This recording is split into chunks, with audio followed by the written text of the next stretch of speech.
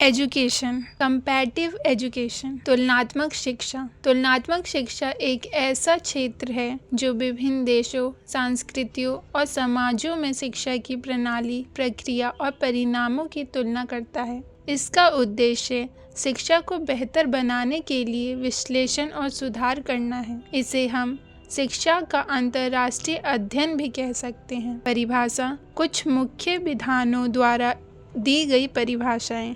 Herman Sinander, comparative education is a study of education in one country with a view to help the educational development of another country. यह एक देश की शिक्षा का अध्ययन है ताकि दूसरे देश की शिक्षा प्रणाली में सुधार किया जा सके। Petal, it is the study of education across different societies with a view to identifying principles of educational development। मतलब विभिन्न समाजों की शिक्षा का अध्ययन और उनमें शिक्षा सुधार के सिद्धांतों की पहचान। उद्देश्य, ऑब्जेक्टिव ऑफ कंपैरेटिव एजुकेशन। तुलनात्मक शिक्षा के मुख्य उद्देश्य निम्नलिखित हैं। शिक्षा प्रणाली की तुलना करना, विभिन्न देशों में पाठ्यक्रम, शिक्षण विधियां, मूल्यांकन और शैक्षिक संरचनाओं की तुलना। शिक्षा सुधार के लिए मार्गदर्शन, किसी देश की शिक्षा प्रणाली में सुधार करने के लिए अन्य देशों के सफल मॉडल का अध्ययन। शैक्षिक समस्याओं की पहचान, विभिन्न समाजों में शिक्षा से संबंधित समस्याओं और चुनौतियों की समझना। तुलनात्मक शिक्षा के क्षेत्र, एरियाज ऑफ कंपैरेटिव एजुकेशन, शैक्षिक नीति और संरचना। शिक्षा प्रणाली, प्राइमरी, सेकेंडरी और हायर एजुकेशन का अध्ययन का तुलनात्मक अध्ययन। कौन सा पाठ्यक्रम किस देश में अधिक प्रभावी है? शिक्षण पद्धति, traditional versus modern, classroom versus experimental. शिक्षा की भूमिका, प्रशिक्षण कार्यक्रम और पेशेवर विकास। तुलनात्मक शिक्षा के प्रकार, विवेचनात्मक तुलनात्मक शिक्षा, केवल विभिन्न शिक्षा प्रणालियों का विवरण। उदाहरण, भारत और अमेरिका में प्राथमिक शिक्षा के पाठ्यक्रम का विवरण। व्याख्यात्मक तुलनात्मक शिक्षा, शिक्षा में पाए जाने वाले अंतर और समानताओं का विश्लेषण। उदाहरण, छात्रों की सृजनात्मकता पर फिनलैंड और जापान की शिक्षा प्रणाली का प्रभाव। निरूपक तुलनात्मक शिक्षा,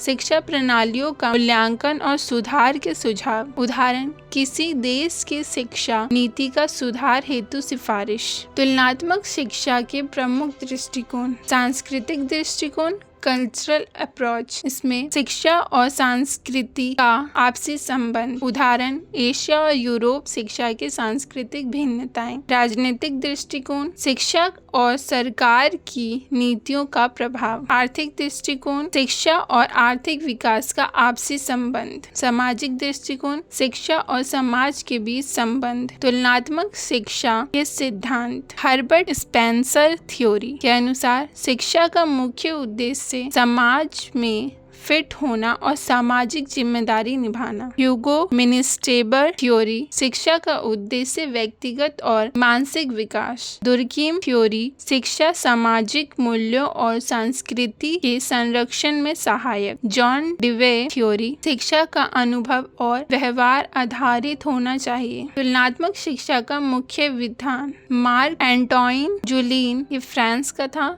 तुलनात्मक शिक्षा के संस्थापक, शिक्षा की सार्वभौमिक विशेषताओं और अंतर्राष्ट्रीय दृष्टिकोण को प्रस्तुत किया। लॉर्ड यूएसए का, शिक्षा प्रणाली की सामाजिक और सांस्कृतिक प्रभावों का अध्ययन। कैस्टल यूएसए, अमेरिका शिक्षा प्रणाली के विकास और तुलनात्मक अध्ययन में योगदान। पेटल इंडिया, भारतीय शिक्षा में तुलनात्मक दृष्टिकोण पर लेखन। तुलनात्मक शिक्षा का महत्व, शिक्षा सुधार के लिए मार्गदर्शन, वैश्विक स्तर पर प्रतिस्पर्धा और सहयोग, सांस्कृतिक अंतर को समझना, नीति निर्माताओं और शिक्षकों के लिए निर्णय लेने में सहायक, शिक्षा में समानता और अवसर सुनिश्चित करना। उदाहरण, भारत और फिनलैंड की शिक्षा प्रणाली की तुलना। रचनात्मक और छात्र केंद्र शिक्षा, भारत पाठ्यक्रम आधारित और सिलेबस केंद्रित शिक्षा। अमेरिका में तकनीकी शिक्षा बनाम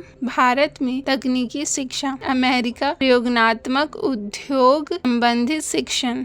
भारत सिद्धांतरिक और बोर्ड केंद्रित शिक्षा, लड़कियों की शिक्षा में भेदभाव की तुलना, विभिन्न देश में लैंगिक समानता का अध्ययन। Thank you so much for watching.